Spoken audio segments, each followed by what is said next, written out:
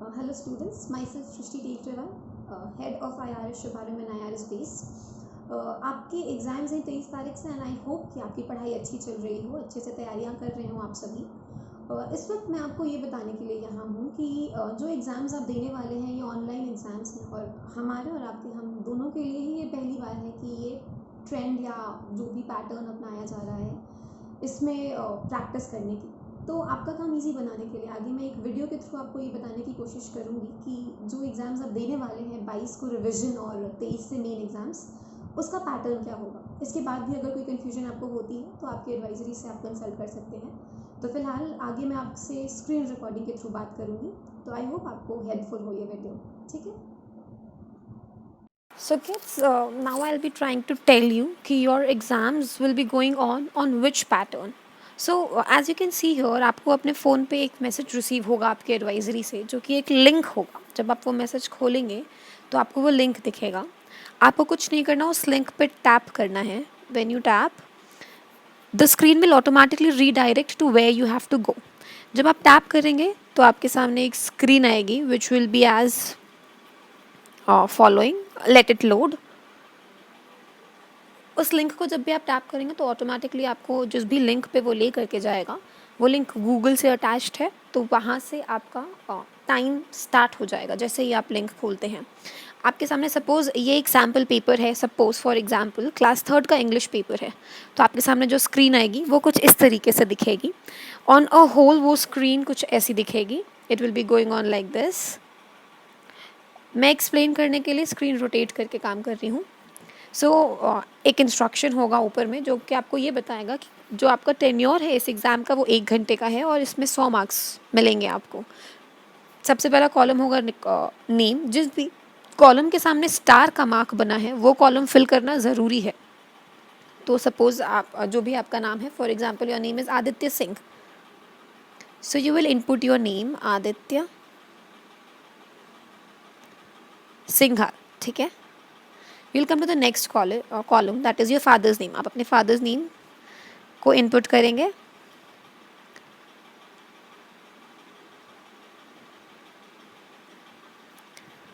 That is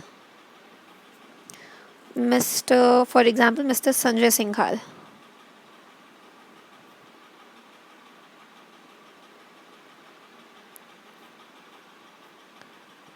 Now, moving on, you'll have to input a contact number which you receive. अच्छा, इन columns में अपने father name और father's name के contact को fill करने के बाद you will come to this contact number का कॉलम, जिसमें आप अपना कॉन्टैक्ट नंबर मेंशन करेंगे। When you enter your contact number, आप उसमें लेटर्स नहीं एंटर करेंगे बिकॉज ये कॉलम आपके लेटर्स को एक्सेप्ट ही नहीं करेगा। आपको इसमें क्या इनपुट करना है। सपोज़ मैं इसमें लेटर्स डाल देती हूँ और डन करती हूँ, आपको इमीडिएटली एक रिमार्क दिखेगा जिसके लिए आपको करेक्ट चीज़ें इनपुट करनी पड़ेगी। So you have to put in your contact number. Suppose for example your contact number is just a minute, yeah, suppose your contact number is 700793965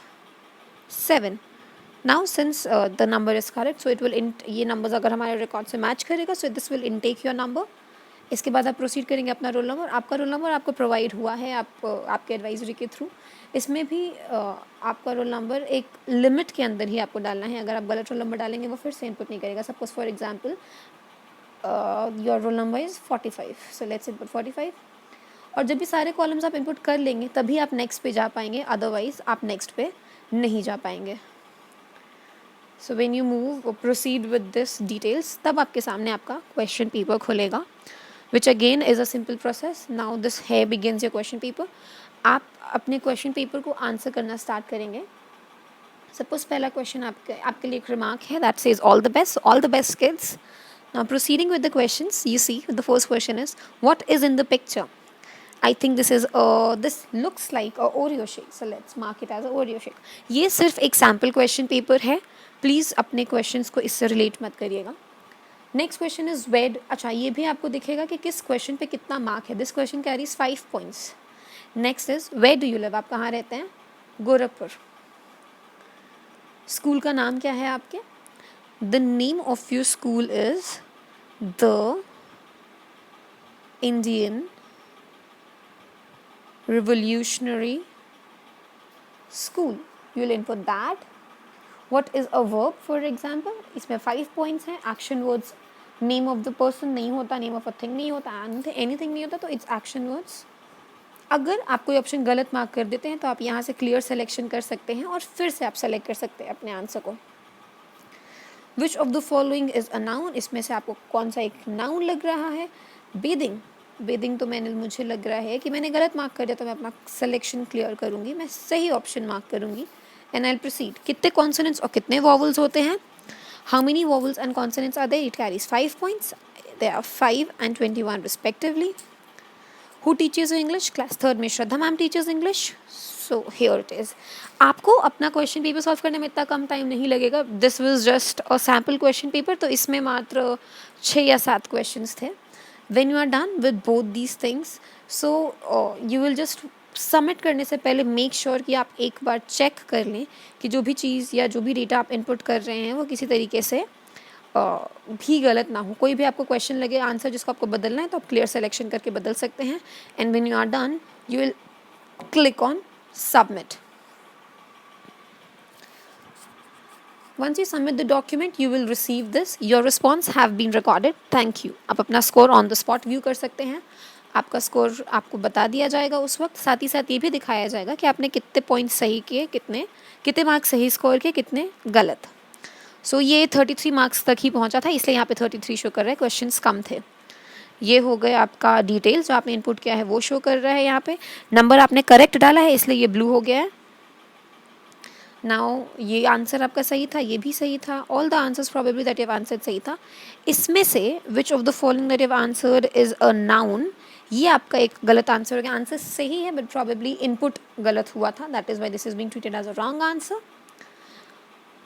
okay and then okay इसका answer input करना हम भूल गए थे and that is why it is showing that कोई correct answer इसका provide नहीं हुआ, but the right answer was Taj Mahal.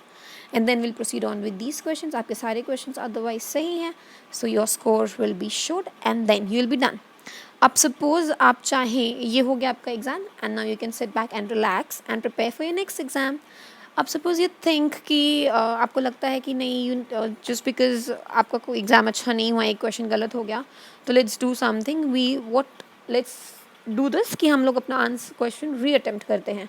तो जब भी आप रीअटेम्प्ट करने की कोशिश करेंगे, आप वापस अपने एडवाइजरी के इस पे जाएंगे, आप लिंक खोलेंगे, ये लिंक नहीं खुलेगा. आप सिर्फ एक ही बार टेस्ट में अपीयर कर सकते हैं and that will be your final call. देखिए एक बार मैं ये खोलती हूँ तो आपको दिखाएगा यहाँ पर.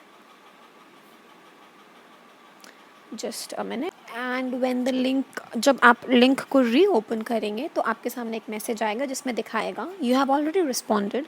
आप इस फॉर्म को सिर्फ एक बार फिल कर सकते हैं. अगर रीफिल करना है या आपको लगता है कि ये एक मिस्टेक है तो try to contact the owner.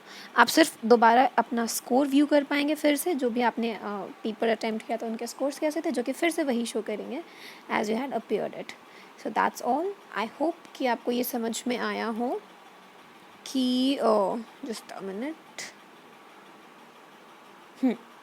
So I hope आपको समझ में आया हो कि ये आपको इंटायर एग्ज़ाम का प्रोसीजर क्या होगा. ये जो भी था ये एक एग्जाम्पलरी शो था. इसमें ना क्वेश्चंस वो थे जो आपके पेपर में आएंगे, ना टाइम ड्यूरेशन वो था, और ना ही इट्स आपका नंबर ऑफ क्वेश्चंस उतने थे. So I hope by now you understand कि how are the exams going to be conducted. So all the best kids and just do your best and rock the exams. चलिए, take care.